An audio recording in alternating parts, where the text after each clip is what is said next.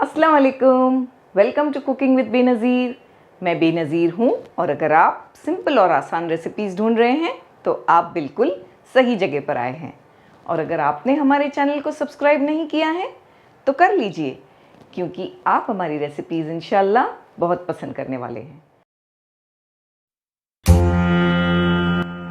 Cooking with Benazir, सिर्फ जायका नहीं जज्बात भी। अस्सलाम वालेकुम। आज हम तवा गोश्त बना रहे हैं। एक प्रेशर कुकर में हमने तकरीबन 400 ग्राम बोनलेस गोश्त ले लिया है। मटन, हाफ टी स्पून नमक डालेंगे, 1/4 टीस्पून से भी कम हल्दी पाउडर, 1 टीस्पून अदरक लहसुन का पेस्ट और एक मीडियम साइज़ का टमाटर जिसका हमने छिलका निकाल कर इस तरह कट कर लिया है। थोड़ा पानी डालेंगे, हाफ कप से भी कम। मटन का बहुत पानी छूटता है। अच्छी तरह से मिलाकर प्रेशर कुक कर लेंगे। गोश्त के गलने तक पकाएंगे। हाई फ्लेम पर हम पकाएंगे 1 विसल तक। बाद में फ्लेम को लो करेंगे और 10 से 12 मिनट पकाएंगे।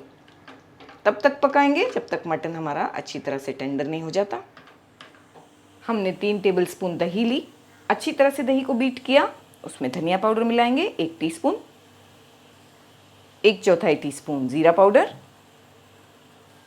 1 टीस्पून लाल मिर्च का पाउडर, 1/4 टीस्पून गरम मसाला पाउडर, 1/4 टीस्पून काली मिर्चों का powder, half teaspoon chilli flakes, 1/4 teaspoon kasuri methi जिसे हमने क्रश कर लिया है भूनकर। इन मसालों को हम दही में अच्छी तरह से मिक्स करके रेडी रखेंगे। हमने एक आयन तवा लिया है। आयन के तवे में तवा गोश्त बहुत अच्छा बनता है, तो अगर अवेलेबल है तो ज़रूर यूज़ करें इसे। हमने उसमें 3 टेबलस्पून ऑयल गरम कर दिया। उसमें 2 पीस तेज़ पत्ते मिलाएंगे। फिर हम इसमें एक मीडियम साइज़ का प्याज डालेंगे, छोटा छोटा चॉप किया हमने। 3 से 4 मिनट लो फ्लेम पर पका के हमने प्याज को नरम कर लिया। हम इसमें 1 टीस्पून अदरक लहसुन का पेस्ट मिलाएंगे। 2 से 3 मिनट चलाते हुए भून लेंगे लो फ्लेम पर। प्रेशर कुकर का लिड भी हमने खोल दिया है। मटन बहुत अच्छी तरह गल गया है, आसानी से टूट रहा है। बस इसी तरह हमें अच्छी तरह से मटन को गला लेना है। अदरक लहसुन भी अच्छी तरह भुना गया है, मटन भी गल गया है। फ्लेम को लो करके इसमें हम मटन डाल देंगे।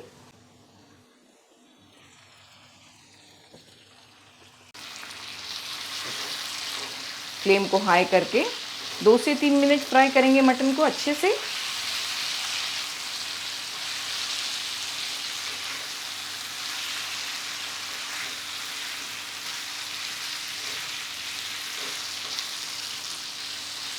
परफेक्ट तरीके से मटन को हमने फ्राई किया। 3 से 4 मिनट तक चलाते रहें हाई फ्लेम करके।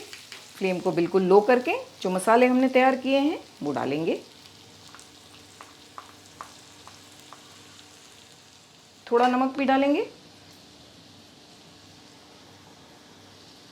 थोड़ा नमक हमने प्रेशर कुकर में जब मटन को गलाया तभी डाला था, अभी थोड़ा डालेंगे। इस रेसिपी में 2 बार डालना है, थोड़ा थोड़ा।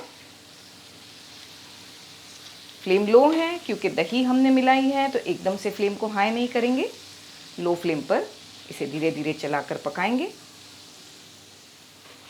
फ्लेम को अभी हाई किया है। 2 से 3 मिनट चलाते हुए भूनेंगे ताकि मसालों का, दही का कच्चापन ख़त्म हो जाए। बहुत अच्छी तरह मटन को हमने भून लिया। प्रेशर कुकर में जो थोड़ा सा पानी है स्टॉक, इसे भी मिला देंगे।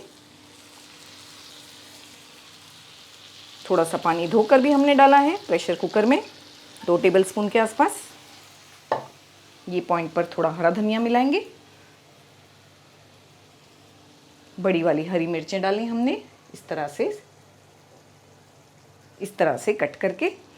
अगर ये अवेलेबल नहीं है तो आप स्किप कर सकते हैं, और अगर तीखी वाली आपको पसंद है तो ये जगह पर आप बड़े बड़े पीसेस करके तीखी वाली मिर्च भी यूज़ कर सकते हैं। अदरक के जूलियंस भी मिलाएंगे थोड़े। बस मीडियम फ्लेम पर 2 से 3 मिनट इसे पकाएंगे चलाते हुए। ये रेसिपी में ज़्यादा ग्रेवी नहीं होती, ड्राई होती है।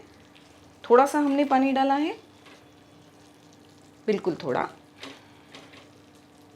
वैसे ये पाव से खाने में बहुत अच्छी लगती है। हमारे यहाँ तवा गोश्त पाव से खाया जाता है। आप चाहें तो इसमें थोड़े पुदीने के पत्ते भी डाल सकते हैं अगर आप पसंद करते हैं। बहुत अच्छी तरह सारी चीज़ों को हमने मिला दिया। लो करके बस कवर करके 2 से 3 मिनट पकाएंगे, फिर फ्लेम को बंद कर देंगे। 2 से 3 मिनट तक हमने पका लिया। बहुत ही अच्छी खुशबू आ रही है।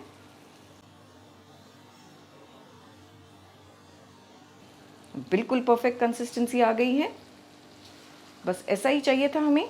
इसमें ज़्यादा ग्रेवी भी नहीं है और ये बहुत ज़्यादा ड्राई भी नहीं है, बिल्कुल परफेक्ट है। फ्लेम को बंद करके सर्व करेंगे गर्मा गर्म।